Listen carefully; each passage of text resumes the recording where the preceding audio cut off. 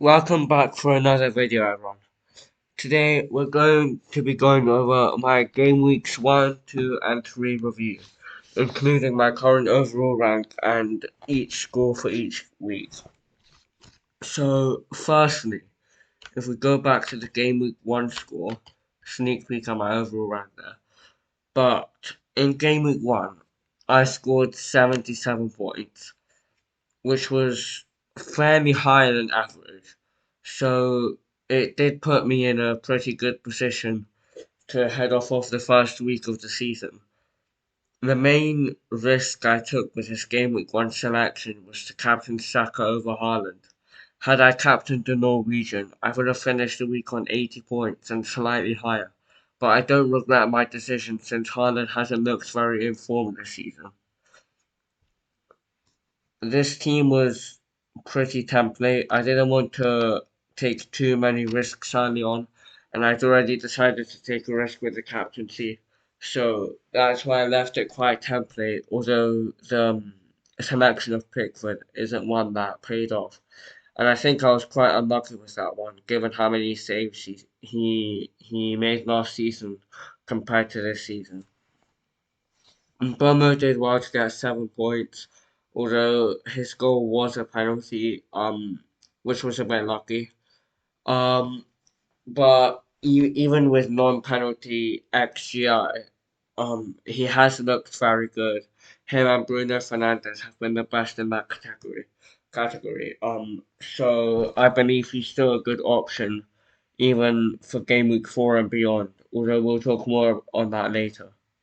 Chilwell was a bit of a differential. I believe he was around 14% owned by the game week 1 deadline, and he secured a strong 7 points against Liverpool due to that assist, although it could have been so much more, given he had a goal disallowed for offside and another great chance to score which he missed. Saliba's 5 points I was very grateful for.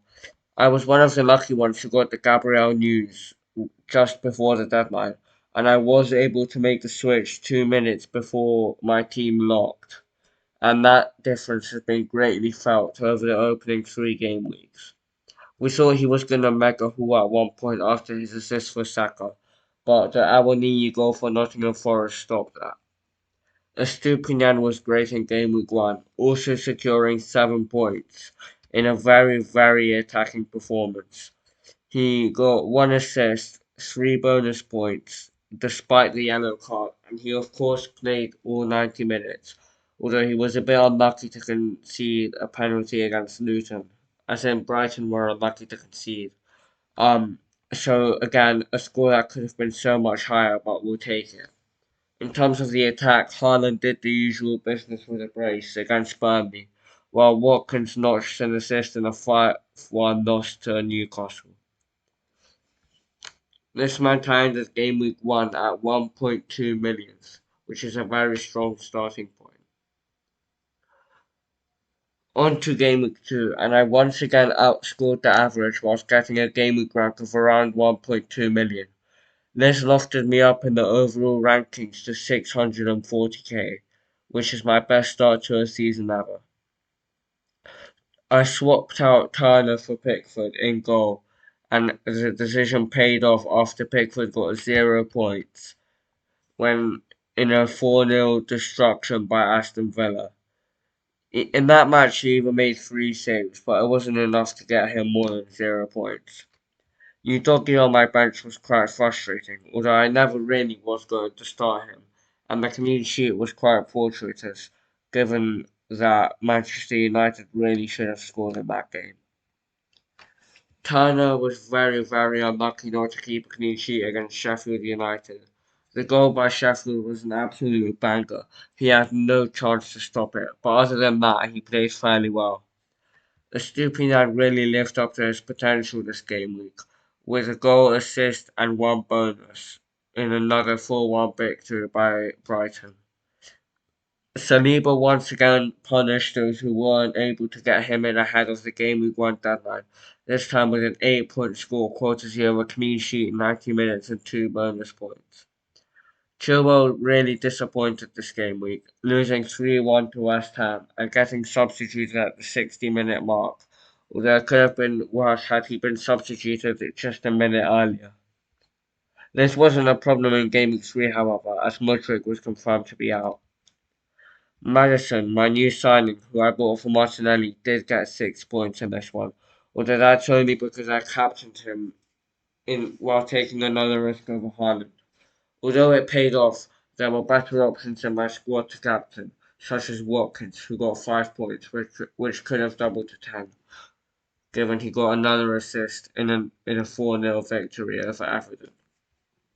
Mbeumo was the big star of the game week for me.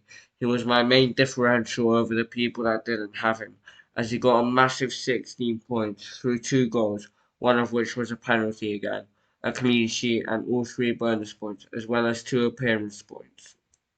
Rashford and Fernandes were unlucky not to get big returns, especially Fernandes, who has been posting really good XGI numbers, although Rashford hasn't been at his best up top. Fernandes also got a yellow card in this one, limiting him to just the 1 point, although that should get better from now on, even game week 4, 5, and 6. Saka blanked in a disappointing result against Crystal Palace. Arsenal only won that match 1-0, courtesy of an Odegaard penalty. We thought Saka was on penalties, but when asked after the match, Arteta said it was made by the players on the pitch, the decision to give it to Odegaard.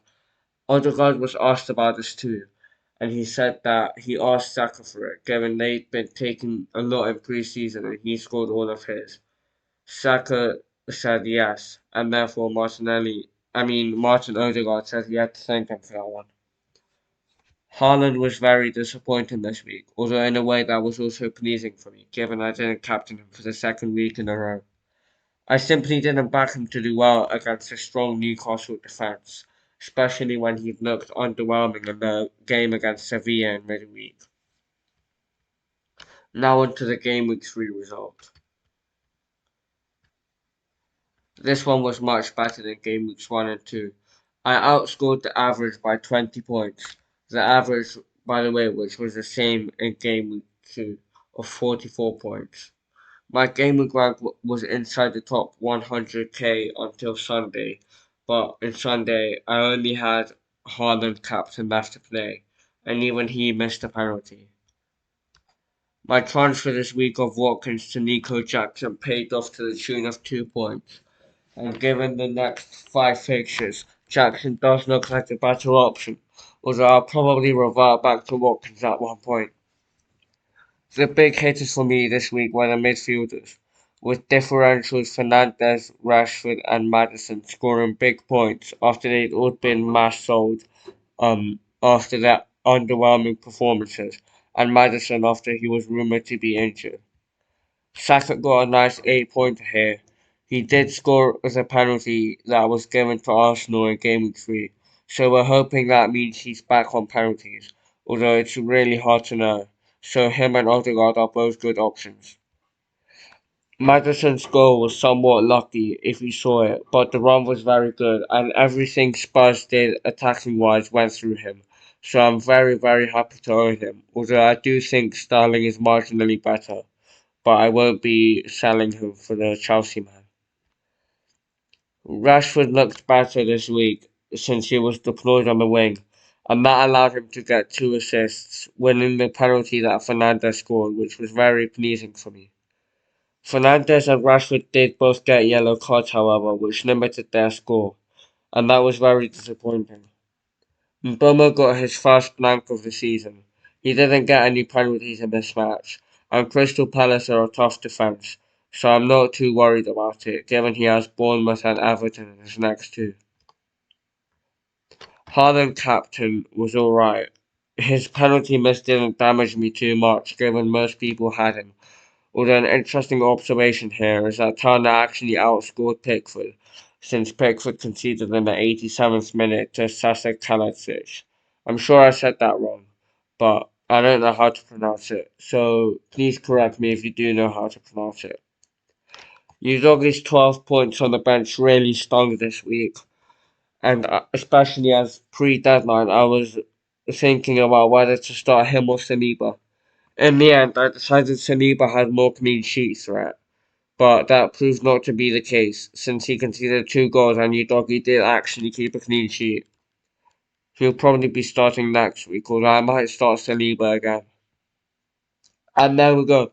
Um, those are my first 3 game week scores. And now for my current overall rank, it's 100,164th. I was inside the top 100k until Salah got that assist in the 93rd minute against Newcastle for Darwin Núñez to score his second of the match. Even so, this is the highest I've ever been ranked, and I want to push on and get 50k or maybe even top 10k in the next couple weeks. Thank you everyone for watching. I'll see you all in the next one, and I hope your seasons and weeks are